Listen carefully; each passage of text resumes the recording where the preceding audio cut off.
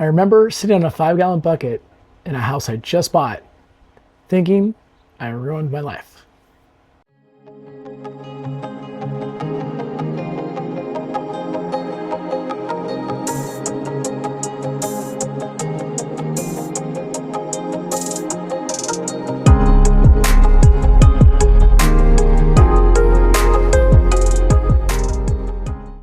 Let me tell you a little origin story about myself.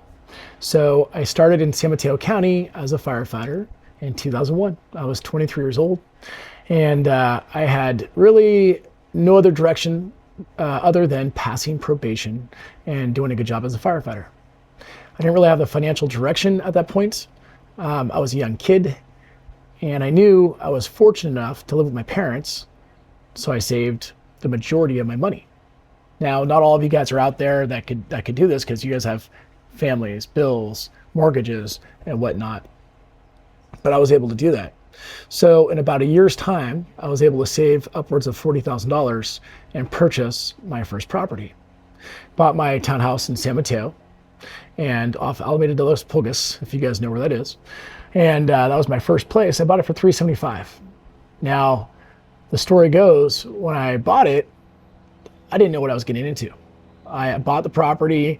I was pumped. I was excited. Walked inside after I purchased the property and realized that it was disgusting. It was a previous owner of a heavy chain smoker. The house was nicotine on everything.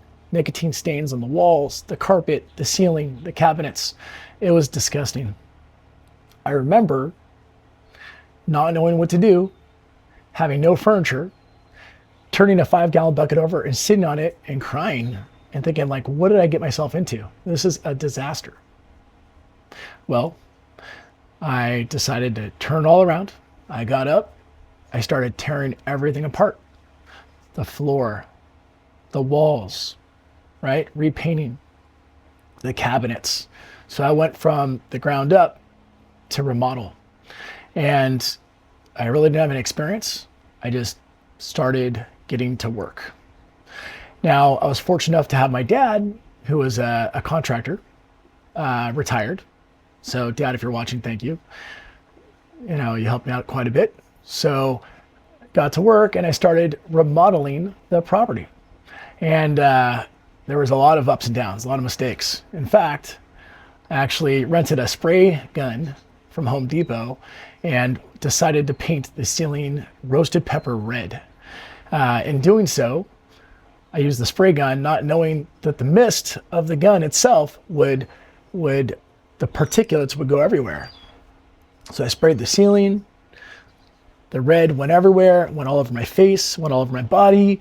And I didn't even know this until I was finished. And I go back to Home Depot to go return the sprayer, knowing I just made a disaster of my house as it was dripping and everything else. And the staff at Home Depot took it back gladly and laughed and said, "Hey, you don't need to pay for this. This is hilarious," right? I felt like a complete moron, but continued. Went back, started taking off all the red paint from the ceiling. It was a popcorn ceiling, and continued doing everything I did. So again, I bought the house for $365,000. And in 2 years, after I remodeled it after several months, in 2 years' time, lucky enough, I was able to sell the property for $565,000. So did that, rolled it into the next property down in Willow Glen in San Jose. I bought that one for $665,000 and kind of did the same thing. Remodeled it, lived there for several years. It was a small little house. It was a 2-in-1 tiny house. And it went up in equity, and I was able to continue to roll that money into 2 other properties. Bought another one in Willow Glen, sold it, and now we're up in Folsom. Now, the whole point of the story is, in doing these things, I had a plan. I put money into an investment, and I was able to make this work. And I was able to continue that process as I was devoting my extra money I was making into my 457 and trying to learn the market. I was trying to also, as time was going, I was trying to invest slowly what I could afford into the stock market. brokerage accounts. In doing so, now that I'm 48, I'm where I am currently, and we're doing okay.